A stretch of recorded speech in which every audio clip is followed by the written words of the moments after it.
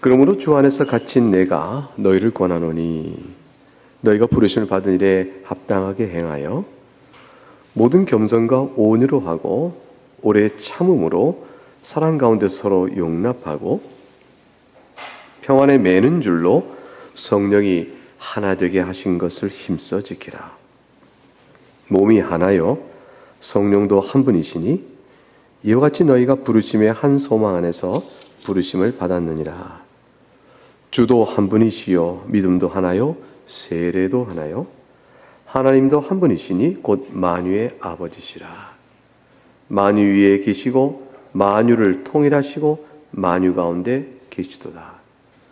우리 각 사람에게 그리스도의 선물의 분량대로 은혜를 주셨나니 그러므로 이르기를 그가 위로 올라가실 때에 사로잡혔던 자들을 사로잡으시고 사람들에게 선물을 주셨다 하였도다.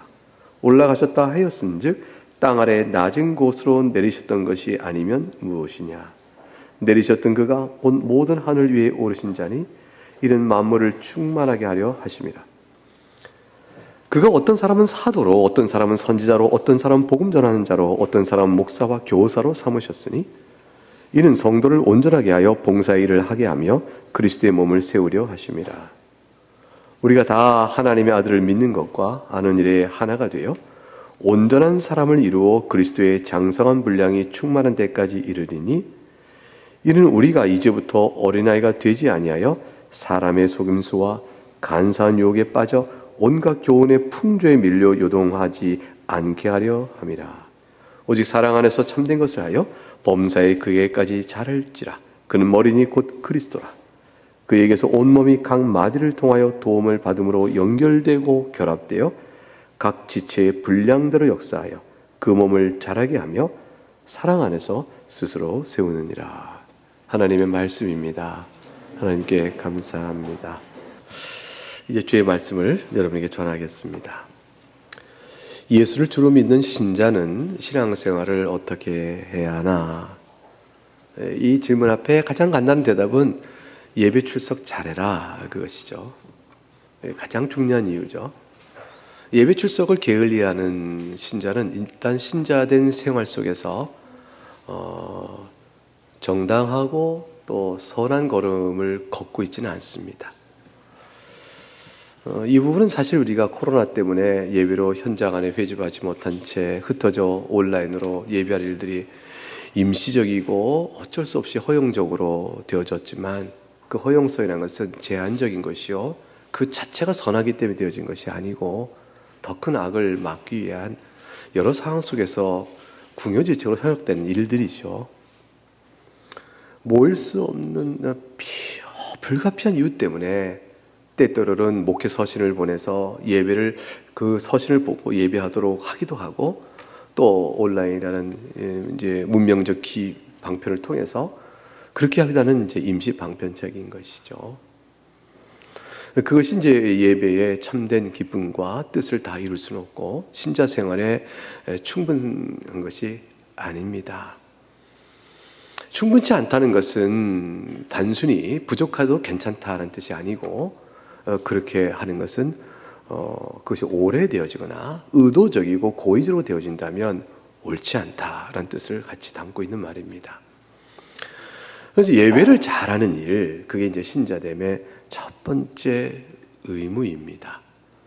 그래서 그 예배는 모여 예배하는 뿐 아니라 삶 속에서도 하나님 앞에 예배드리는 자세로 살아간다는 것으로 그 뜻이 확장되어 가지요.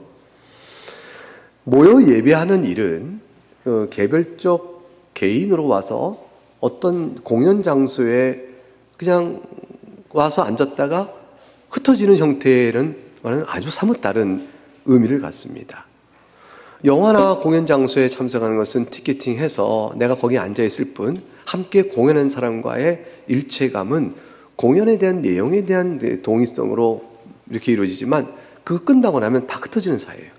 특별히 어떤 사이로 연결되어지고 관계를 맺을 아무 이유가 없고 오히려 어떤 이가 공연 끝에 옆자리 뒷자리 어디 앉은 사람이 끝나자마자 와서 우리 함께 공연 본 사람이니까 우리 앞으로 우리가 특별해요 이렇게 말하면 이상한 사람이 되는 것이죠. 근데 교회는 그렇지 않다는 것입니다. 신자는 개인으로 신자가 아니고 그리스도 안에서 신자이기 때문에 그리스도 안에서 이미 연합된 무리로서 주께서 선택하신 거예요. 그래서 저 김병이라는 개인을 선택하고 또 장로님, 조기용 장로님을 개인을 선택했는데 우리 우연히 만나서 친해봅시다 이렇게 된 것이 아니고 그리스도 안에서 하나님이 교회로 그리스도에 속한 자로 한꺼번에 우리를 선택했기 때문에 우리는 항상 공동체적 개념 안에 우리가 존재합니다. 나라 없는 백성이 얼마나 힘이 없고 무력한가라는 것을 세상살이도 하듯이 그리스도 안에서 우리가 한 몸 된 교회적 의식이 없으면 우리는 아무것도 아니에요. 그에 따라서 예배에 잘 출석하는 것이 신자됨의 첫 번째 출발이요. 예배 출석을 위하여 지교회 예배 자리에 나가는 것이요.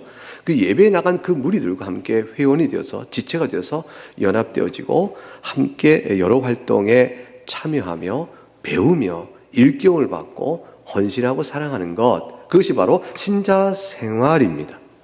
따라서 그리스도의 신자 생활을 교회 생활과 분리시켜서는 생각할 수가 없습니다. 왜 그럴까요? 그 이유는 방금 말씀드린 대로 원리적으로, 영적 원리적으로 우리 각각이 홀로 있지 않고 그리스도와 연합되어 있는 주님의 몸이기 때문에 그렇습니다. 교회를 통하여. 교회라는 구성원으로 그리스도의 몸에 연합되어 있으므로 교회와 주님은 신랑과 신부요.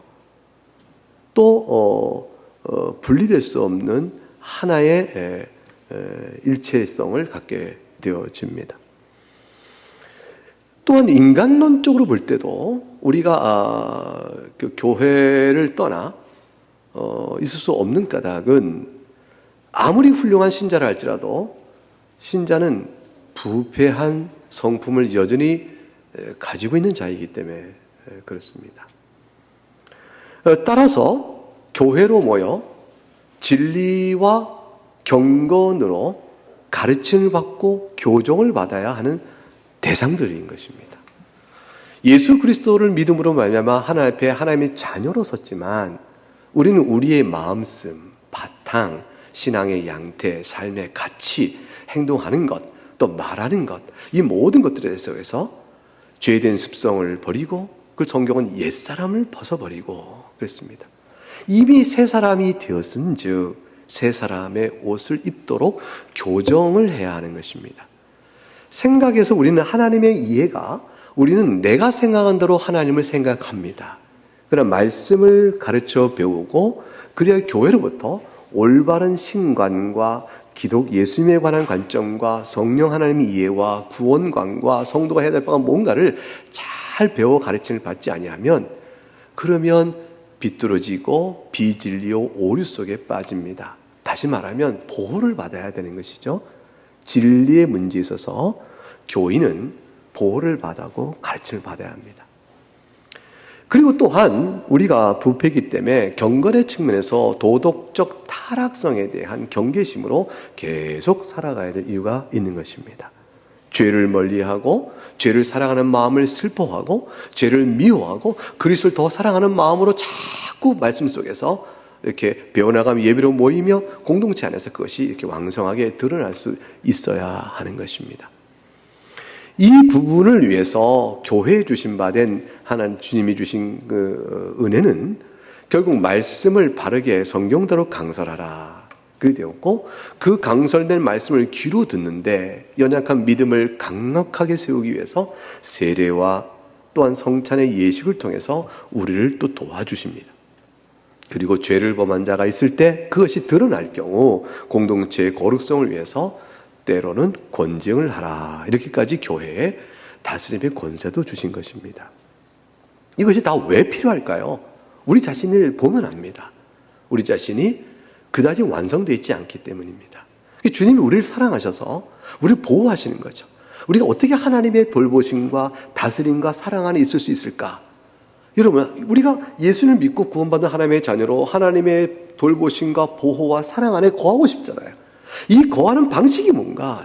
이것이 바로 개인적인 생활에 대한 기도와 찬양 속에 하나님이 내 응답하셨다라는 개인적 관계가 넘어서서 교회 안에 있을 때 이게 받는 거예요. 교회 안에서 그런 은혜를 받게 됩니다. 그렇게 되어지면서 우리는 사랑을 학습하게 되어집니다. 사랑을 학습해요. 사랑을 학습해서 서로 섬기는 일에 훈련이 되어 가고 서로 온유하고 화평케 하는 일에 대한 경험과 그걸 위해 자기를 맞춰가는 그런 일들을 우리 안에서 실험케 되어집니다. 이것들은 전부 변화를 의미하는 것이죠. 신자됨이란 바로 이런 일의 생활 속에서 신자됨의 모습도 이루어지는 것입니다. 따라서 우리는 신자로서 올바르고 훌륭하게 또 잘 살아가고 그리고 그 가운데서 복을 누리고 기쁨을 누리고 평안과 또 이런 걸 즐거움을 누릴 수 있으려면 회원된 신앙생활에 충실하고 적극적이고 애써 노력할 필요가 있습니다. 여러분 이거 어떻게 보면 나는 기질상 혼자 있는 게 좋아요. 저를 누가 간섭하지 않았으면 좋겠습니다. 그럴 수 있고요. 어떤 일은 사람 보자마자 막 사람하고 친한 사람이 있어요. 개인적 차이가 다양하여 교회 가운데는 적극적인 활동에 참여하는 자가 있지만 또 소극적인 분도 있습니다. 그러나 모두가 이 원리 안에 있는다는 사실은 분명한 겁니다. 따라서 억지로 할 일은 아니요. 기본적으로 자원하여 합니다. 그리고 자원하는 마음으로 그리고 양심에 따라 행합니다. 따라서 이런 원리를 들어서 어느 교인을 개별적으로 판단하여 좋은 교인, 나쁜 교인 말하면 그 잘못된 판단이에요. 이건 정죄나 판단의 기준이 아니라 나가야 할 방향에 대한 측면이에요. 이게 굉장한 차이가 있어요. 우리가 어떻게 신앙생활을 해야 합니까? 라는 답에 원리가 제시되어지고 바람직한 목표와 방향성이 주어졌습니다. 이것은 분명한 것이죠. 그럼 그것에 따라서 각각 개별적 다양성과 기질과 성격의 차이와 환경의 여러 요소에 의해서 어떤 일은 더 앞서 그 일도 행한 것처럼 보이고 어떤 일은 소극적일 수 있습니다. 그 다양한 모습이 어우러져 있는 것이에요. 그래서 누군가가 내가 이렇게 했으니 당신은 왜 안 하냐라고 말하면 이미 교회 주신 원리를 어그러뜨리는 것이에요. 여긴 또다시 작용적 원리가 있죠. 효율성이 교회 지배 원리가 아니에요. 그리고 얼만큼 잘해내냐가 문제가 아니에요. 그래서 어떤 이는 진리의 말씀을 듣고 잘 깨닫는 즐거움이 젖어요. 근데 어떤 이는 진리의 말씀 듣는 일이 조금 현재 그거 신경 쓸 여유가 없어요. 마음에 삶이 너무 곤고해요. 너무 힘들어요. 나는 기도하고 찬송하고 하나님 날 살려주시면 좋겠어. 그게 더 급해요. 근데 책을 펴서 읽고 이것은 어떠냐 저건 어떠냐 이게 따진 거 보게 되면 나는 거기까지 여유가 못 가요. 그리고 그 일에 익숙치가 않아. 나는 그것보단 말하는 게 좋지. 책 읽는 것보다 그게 더 좋아. 이럴 수 있어요.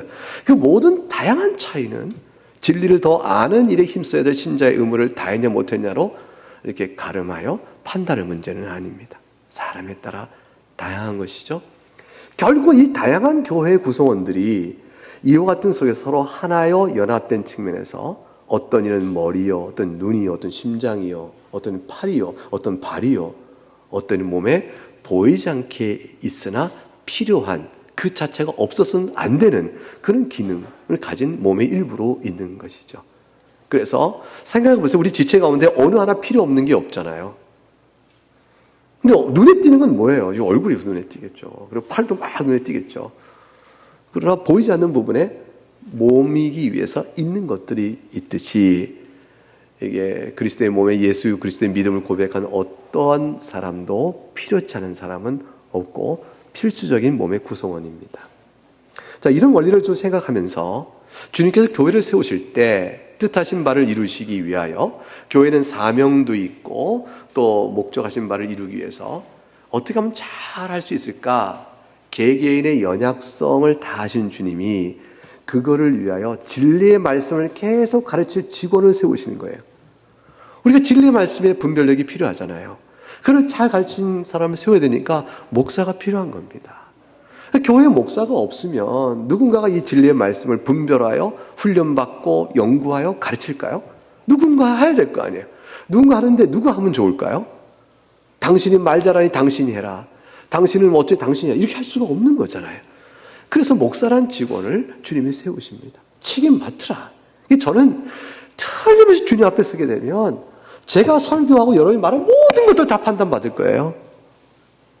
잘했나 못했나? 근데 제가 믿기는 못한 거는 다 감추시겠죠. 잘한 것만 말씀해 주실 것이라 생각해요. 왜냐하면 교정의 은혜를 주실 테니까. 아무튼 책임이 있습니다.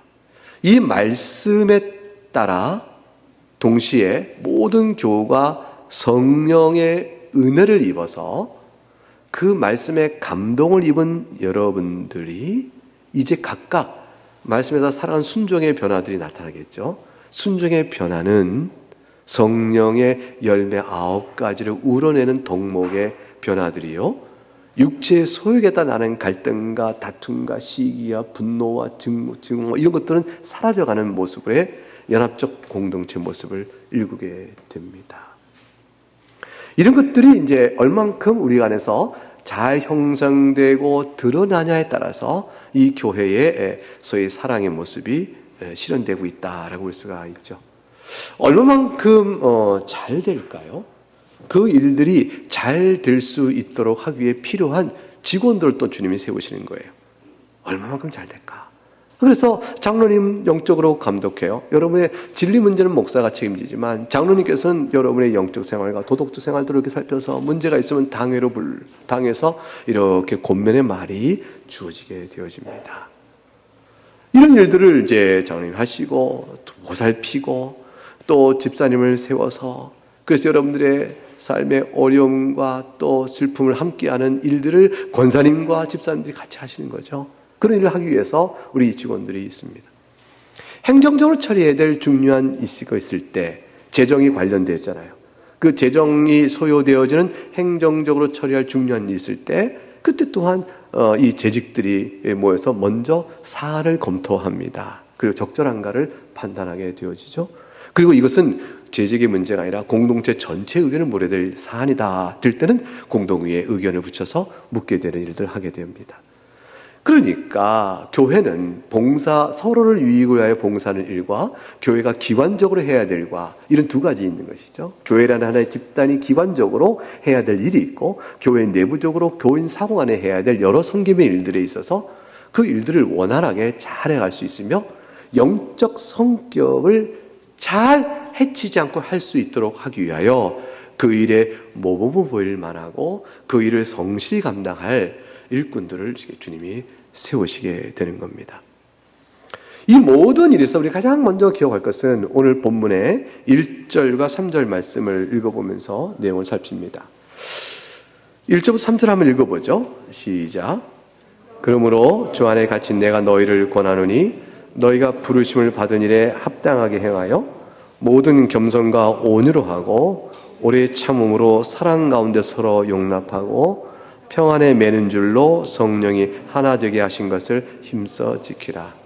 여러분, 오늘 본문의 말씀은 사실 2019년 1월 달에 제가 설교했던 그 본문 그대로입니다. 본문이 말하는 바를 추려내니까 설교적 구조가 비슷할 수 있습니다. 그때 왜 2019년 1월 달에 이거 설교를 했을까요? 그때도 재직 선거일이었어요. 그래서 그때 같은 본문에서 제가 오늘 본문의 설교를 성도의 좁은 길을 걸어가는 성도의 삶 속에서 교회를 이제 해야겠다 할 때 왔는데 때마침 왔어요. 이건 사실은 처음부터 이 날짜 의도해서 이 설교가 만들어진 건 아니고 교회를 얘기할 때가 쭉 왔는데 순서상 딱 맞았어요. 하나님 참 감사하게. 그래서 교회에 관한 몇 가지 일들 논함이 있어서 오늘 이 얘기를 먼저 할 수 있어서 제 마음에 참 감사가 있습니다. 성도는 4장 1절에 부르심을 받은 일이 있다라고 되어 있습니다. 여러분, 주님 앞에서 하나님의 자녀 부르심 받고 교회에 속하도 부름을 받은 사람들입니다. 근데 부름에 합당한 일이란 도대체 뭘까? 부름이라고 목적이 있고 목표가 있고 이루어질 일이 있죠. 여러분, 부름을 받았습니다. 여러분, 성도로서 부름받은 합당한 일이 있어요. 여러분이 해야 될 성도로 해야 될 합당한 일은 뭘까요? 그게 뭘까요? 뭘까? 봉사, 뭔가 일을 하는 거다. 이러면 외적으로 행동적으로 해야 될 중요한 일들이 있죠. 왜냐하면 그것은 우리가 이 점심을 먹을 때도 수고하는 일 없이 어떻게 점심을 먹겠어요? 어떤 일든지 다 우리가 봉사의 수고가 다 있어야 합니다. 그런데 여기서 본문에서 부르심에 받은 일에 합당하게 행하여 할 때 합당한 일은 뭐냐면 2절부터 나옵니다. 그 2절을 보면 겸손과 온유로 하고 오래 참음으로 사랑 가운데 서로 용납하고 이렇게 되어 있죠. 여러분 이거 굉장히 중요한 말인데 만일 겸손과 온유와 오래 참음과 사랑 가운데 행하지 않은 어떤 일은 아무리 잘해도 성도의 부르심에 합당한 것으로 한 것이라고는 인정되기 어렵다라는 것을 말합니다. 여러분 이거 굉장히 중요한 포인트예요. 여러분 잘 생각해 보세요. 우리가 이제 주님 앞에 마지막 날에 가게 되면 공력을 시험받는다라는 말씀이 나와요. 그래서 누구는 지푸라기, 그리고 누구는 은이나 금, 나무나 지푸라기로 세운 공력은 불타 사라질 것이요 은이나 금은 이제 남는다, 이런 말씀이 나오죠. 뭐가 남는 걸까? 지푸라기는 왜 안 남고 나무는 왜 안 남고, 같은 공력인데 왜 이건 나무고 지푸라기라서 태워지고 은과 금은 왜 남는 걸까? 이런 궁금할 거 아니에요. 어떤 걸 해야 은이야 금입니까? 어떤 걸 해야 목사가 되면 은이나 금인가? 아니에요. 전혀 아니에요. 나는 아무런 직분이 없이 그냥 일반 성도로 그냥 교회 출석하며 성실하게 살아온 신자인데 나는 그 은이나 금이 아닐까? 그 나무는 지푸라기인가요? 아니에요. 그거 아니에요. 그거 전혀 아니에요. 절대로 그게 아니고요. 그건 뭐냐면 일의 성격이 아니라 그 일을 어떻게 하냐가 공력이에요. 하나님께 영광을 돌리고 은혜 받은 일에 감사하여 주님을 사랑하는 마음으로 행한 것은 아무리 작은 일도 은과 금의 공력이 되어 있습니다. 근데 아무리 제가 목회를 한다 할지라도요, 제가 하나님을 사랑하는 마음보다는 저를 사랑하고 그 주님 은혜에 감사하기보다는 제 욕망의 욕심에 따라 행하고 저 개인을 위해 행하는 모든 수고는 겉보기에는 다 주님을 위한 일을 한 것 같지만 공력이 없어요. 불타버립니다. 주님이 칭찬하실 이유가 없게 되는 것이죠. 모든 성도는 주님과의 관계 앞에서 내가 어떤 마음으로 서 있는가에 있어요. 그래서 주님을 사랑하는 사람은 물 한 그릇을 떠낼 때 그 물 한 그릇의 손길이 다른 것이에요. 주님을 사랑하는 사람은 우리가 교회 안에 여러 일들에 봉사를 할 때 그 마음이 다른 것이에요.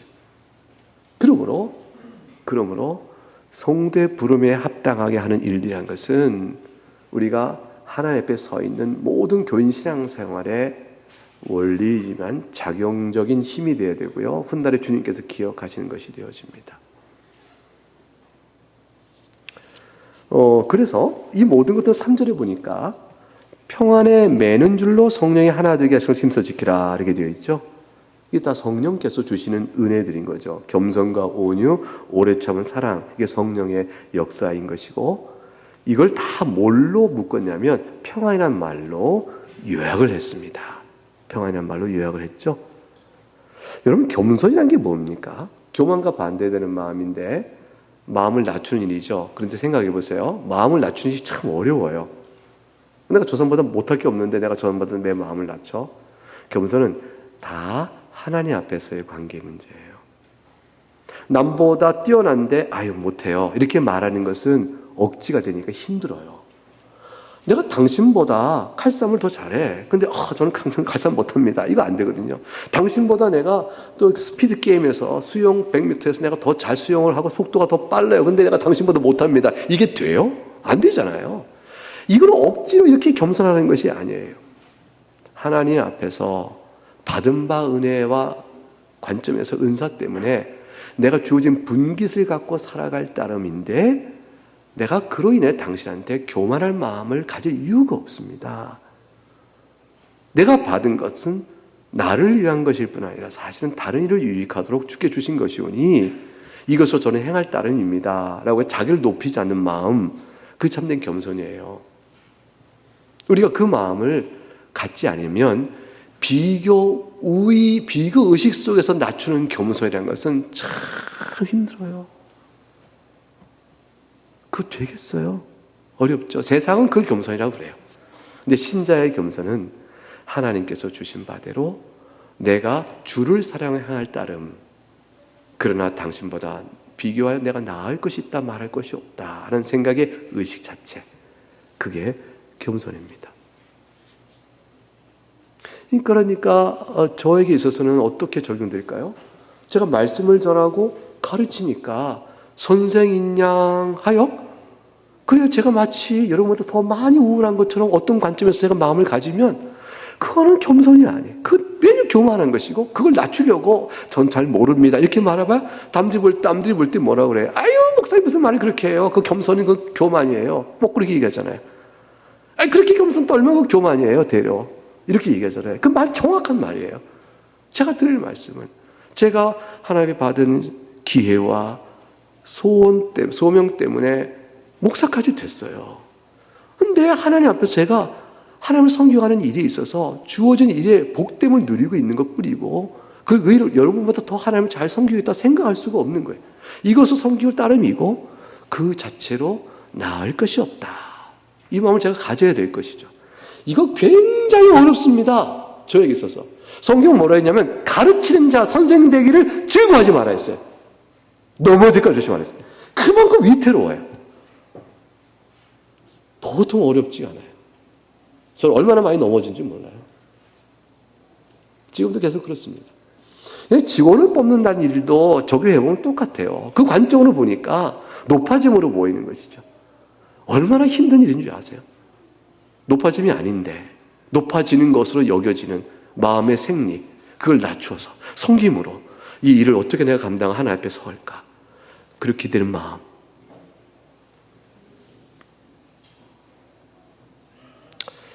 저는 여러분들이 주님을 사랑하는 헌신들을 이렇게 봅니다. 가끔 뒤집어 생각해 보죠. 내가 저분의 자리에 있다면 저렇게 주님을 사랑할까?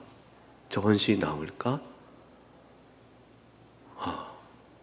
난 그렇게까지는 안 되는데. 그러고 나서 그분이 얼마나 존경스럽고 커 보이는지 몰라요. 저 자신을 알게 된 거죠. 이런 마음의 태도를 계속 훈련시켜가고 영적으로 옳은 일이기 때문에 주 앞에 점점점 그렇게 나가도록 하는 것, 이게 겸손입니다. 이것은 모든 성도에게 주어질 일이요, 특별히 직원에게는 더욱더 요구되는 일이라 할 것입니다. 온유는 다른 사람들이 연약하여 저질러진 또 행한 어떤 일에 대하여 성질 내지 않는 겁니다. 그게 온유예요. 하나님의 주권 앞에 겸손히 따라가는 마음이죠.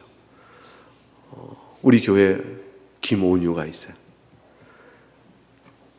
다른 사람이 잘못했을 때 그 틀렸어, 그건 아니야 라고 말하는 이 판단과 책망은 우리 안에서 1초도 안 걸리게 솟아오르는, 즉각적으로 솟아오르거든요.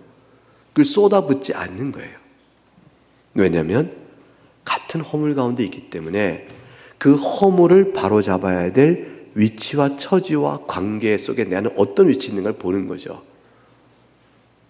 그래서 주의 은혜로 사랑으로 그걸 품어 교정의 방법을 찾아갈 수 있도록 하는 마음을 너그럽게 갖는 것, 그게 온유입니다. 그 온유는 오래 참음이 없으면 나타나지 않죠. 오래 참음이 없으면. 이 오래 참음은 다른 사람이 나한테 주는 것을 내가 참아내는 것이에요. 온유는 다른 이에게 행하는 적극적 방향이에요. 그러니까 오래 참음과 온유는 동전의 양면 같은데요. 적극적으로는 온유가 되고요, 내면적으로는 오래 참음이 되어져요. 요 관계 안에서 있는 것이고, 따라서 나중에는 어떻게 되면 서로 용납하게 됩니다. 용납하는 마음을 갖는 거죠. 용납하지 않는 사람은 되게 어떻게 할까요? 자기가 연약하다는 걸 드러내는 거예요. 퉁퉁퉁퉁 거리고 신경질 부리고 짜증을 내고 소리를 높이고 불평하고 이런 일들이 나타날 때 용납이 없는 거죠. 그 자기가 연약하다는 모습을 보이고 있는 거죠.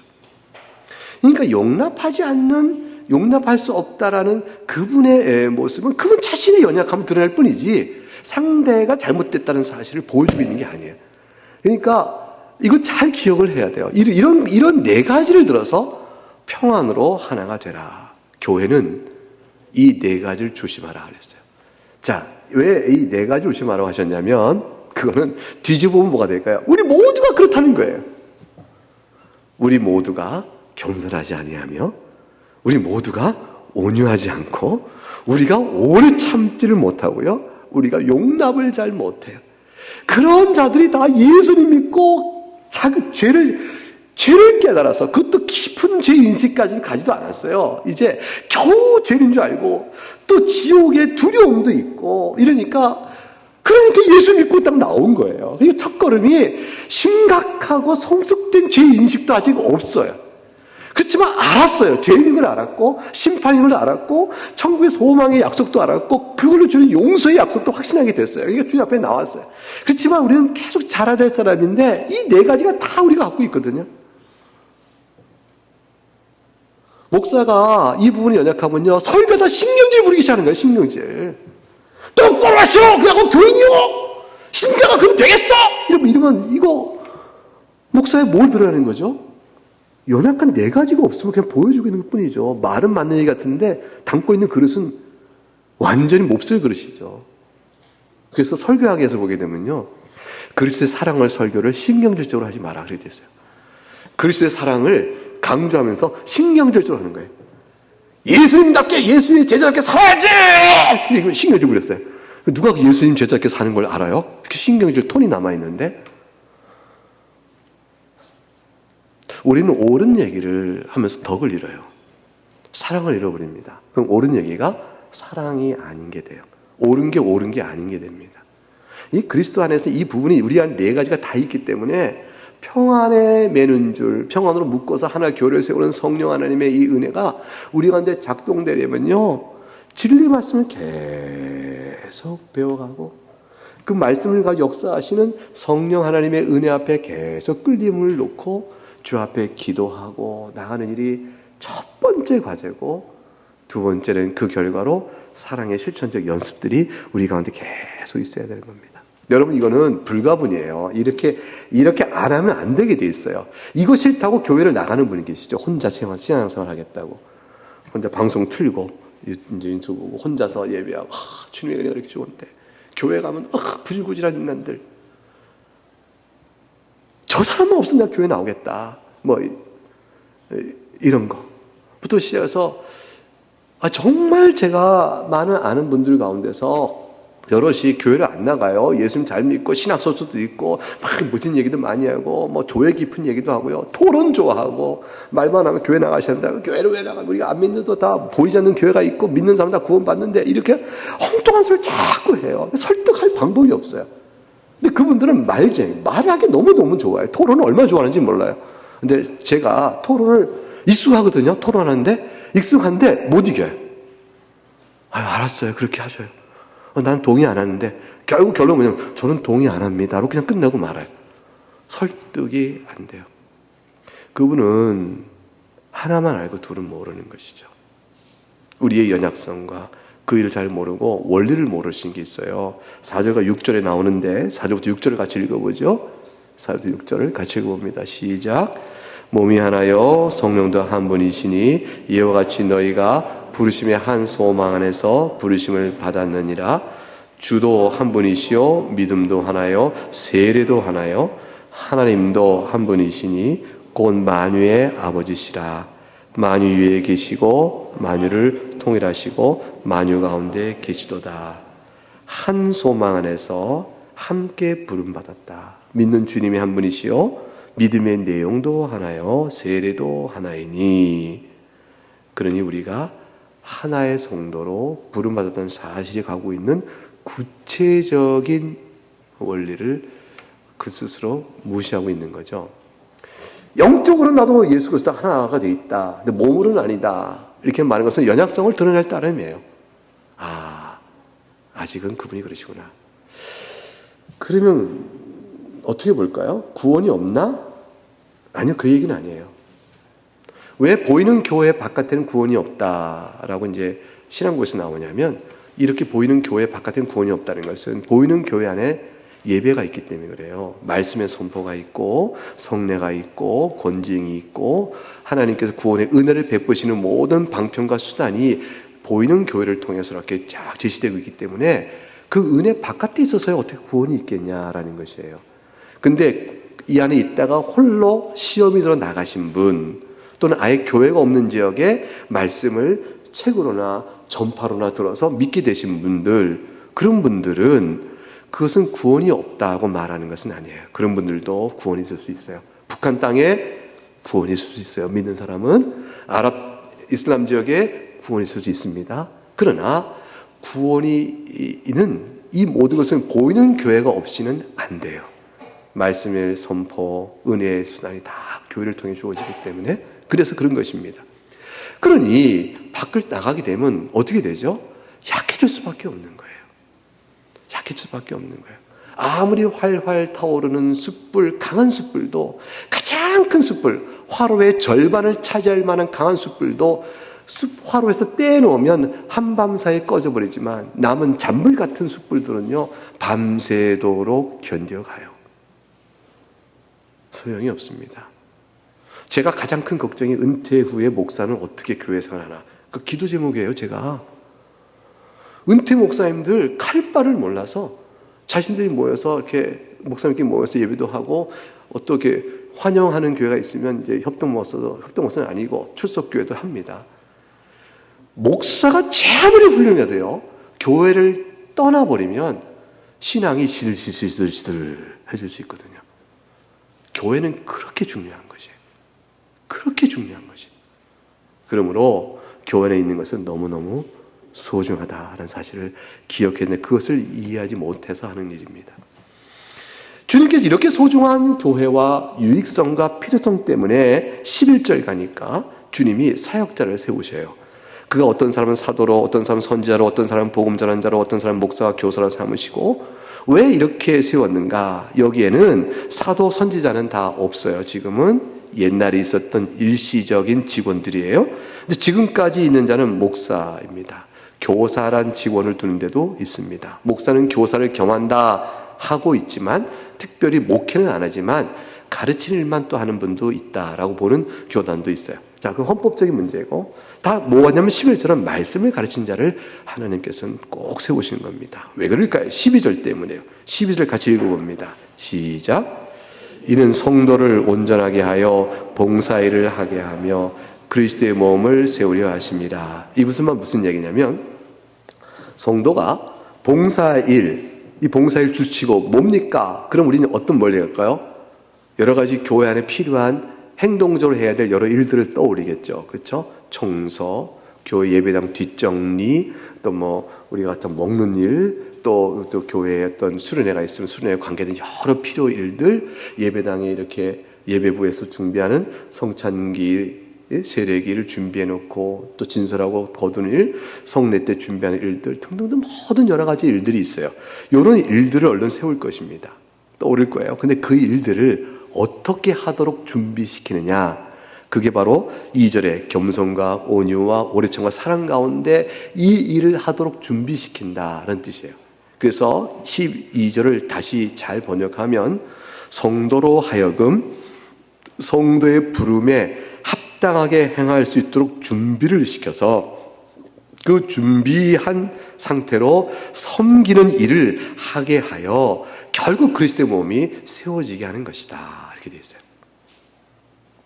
그래서 봉사의 일을 하여 온전케 하는 말은 성도의 부름에 합당한 자로 잘 준비되어 교회가 해야 될 일들을 하여 그리스도의 몸을 세우는 것이다. 이렇게 되어 있습니다.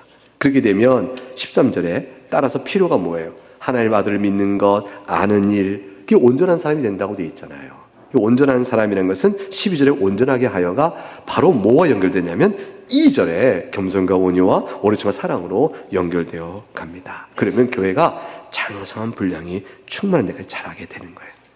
진리의 말씀을 잘 배우니 14절 이단의 사슬에 안 빠집니다. 사람의 속임수, 간사한 유혹, 교훈의 풍조 여기에 흔들리지 않아요. 말씀에 잘 배우니까. 이 잘 배운 말씀이 지식주의가 아니고 지성주의가 아니죠. 그게 아니고 열매로 맺어가는 죄성을 극복해 나가는 아름다운 건덕이 있으니까 그게 15절의 사랑이라고 말하고 있는 거예요. 15절을 같이 읽어보죠. 시작. 오직 사랑 안에서 참된 것을 하여 범사에 그에게까지 자랄지라.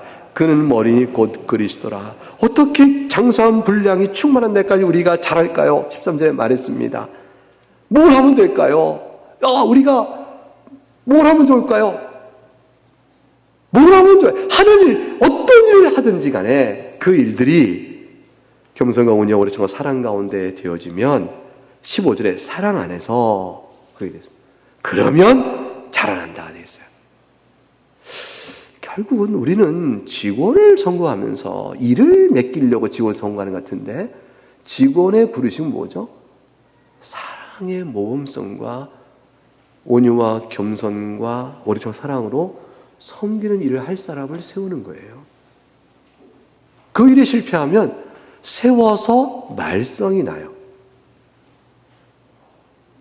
그 일을 실패하면 어떤 일에 책임이 주어졌는데 그 책임이 고난이 되어지고 고난이 반대로 교만하고 참아내질 못하며 다툼을 일으키면 교회 전체 그리스도의 몸이 해를 입어요.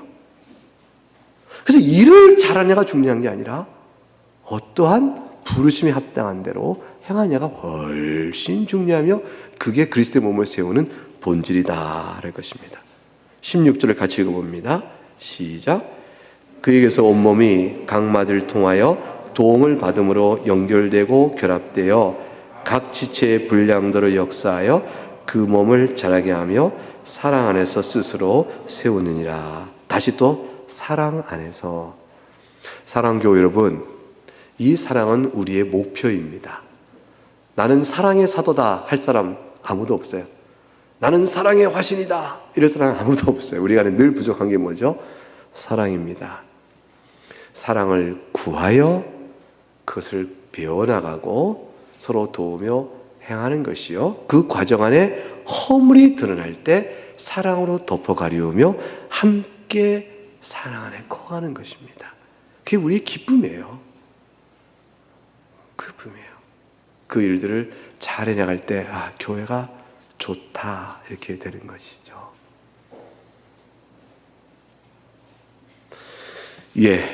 오늘 이 말씀이 2019년 1월 26일에 전했던 말씀과는 같은 본문인데 본래는 그 말씀의 구조를 제가 오늘 가져와서 다시 설교하려고 했는데 설교하다 보니까 전혀 다르게 설교가 되어졌어요. 그러니까 요점은 같습니다.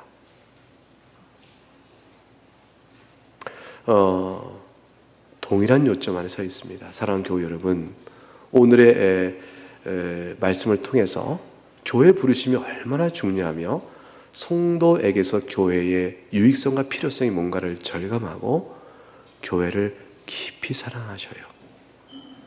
그리고 질서 가운데 그 유익이 잘 드러나도록 마음을 들이세요. 그러면 피차 간에 용납하는 가운데 아름답게 우리가 서갈 것입니다. 그것이 주님이 우리를 떠나 계시나 이 땅에 교회를 이렇게 세워주신 목적이라 할 것입니다. 여러분, 만일 우리 교회는 아직 그런 일이 없는데 당회가 있었대. 요즘 왜 장로님 얼굴이 어두우셔? 목사님 얼굴이 왜 저러셔? 지난주에 당회가 있었잖아. 아니, 당회 있었는데 왜 대판 싸우셨어? 여러분, 그럼 교회가 어떻게 그리스도의 사랑 가운데 참되게 자라날까요? 아니겠죠. 교회 분위기가 오늘 왜 숭숭해? 재주기서 재주기. 어땠는데? 싸웠대. 그럼 어떨까요? 아니겠죠. 어리석고 연약한 것이죠. 우린 다 연약해서 의견이 다르지 않을 수가 없고 다툼이 없을 수 없고 또 불편한 마음이 없을 수는 없습니다. 모든 일에 있어서. 우리가 교회에 출석해서 돌아갈 때 보니까 모든 만남의 관계가 있어요. 이렇게 돌아가서 생각해 보니까 그 권사님, 그 집사님, 그 장로님 나한테 왜, 목사님 또 나한테 왜 이렇게 이런 생각이 확 떠올라서 마음이 불편한 일이 있을 수 있다니까요. 그러나 그런 일에도 불구하고 우리는 자라가는 겁니다. 의도치 않고 고의치 않은 일들까지도 있으니까. 이것을 깨달으면 고의성이 없어지고 의도치 않은 연약성들 가운데 있는 불편함이 좀 있을 뿐이죠. 그것 또한 교정돼 가게 되겠죠. 교회를 세우신 주의 뜻이 진리와 사랑 가운데 있다는 걸 잘 마음에 두시고 오늘 하루 또 새로운 은혜 가운데 있기를 주의 이름으로 축복합니다. 함께 찬송하겠습니다. 우리 받은 말씀을 생각하면서 각각 주 앞에 기도하시겠습니다. 어떤 이는 교회 여러 활동에 적극적으로 또 여러 가지 모양으로 참여가 있고, 어떤 일은 개인적 상황과 여러 형편과 또 따라서 그렇지 못하기도 합니다. 그러나 그것은 억지로 될 일은 아니요 자원하여 될 일입니다. 그러나 인식은 같이 해야 될 것이라. 오늘 말씀이 주는 교훈의 뜻이 그러하다는 사실은 동의해야 할 것입니다. 그 진리의 가르침에 비추어 주께서 은혜 주시어 각각 연약한 우리들을 자라게 하시고, 또 교회의 복됨을 교인으로서 누리며 살아갈 수 있도록 주여 도와주옵소서. 이끄시는 은혜를 바라보면서 각각 자신의 형편에 따라 적용하며 이 시간에 기도하겠습니다. 하나님 아버지,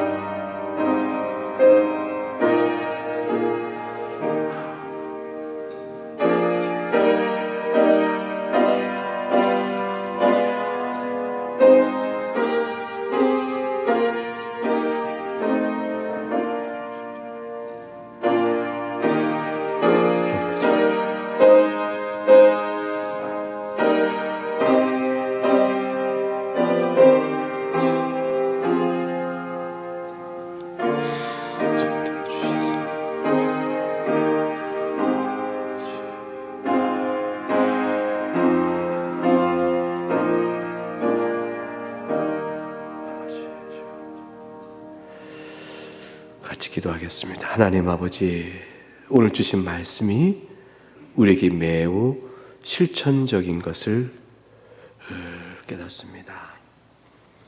주님을 믿는 마음의 고백과 은혜에 대한 감사는 내면 안에서 주의 영의 역사로 가득 차고 진실한데, 몸을 가지고 살아가는 인생은 삶의 환경과 여러 경우에 따라서 우리가 원리적으로 실현해 나가는 일은 항상 더디고 또 목표로 남아있을 뿐 걸음을 내딛기가 쉽지도 않습니다.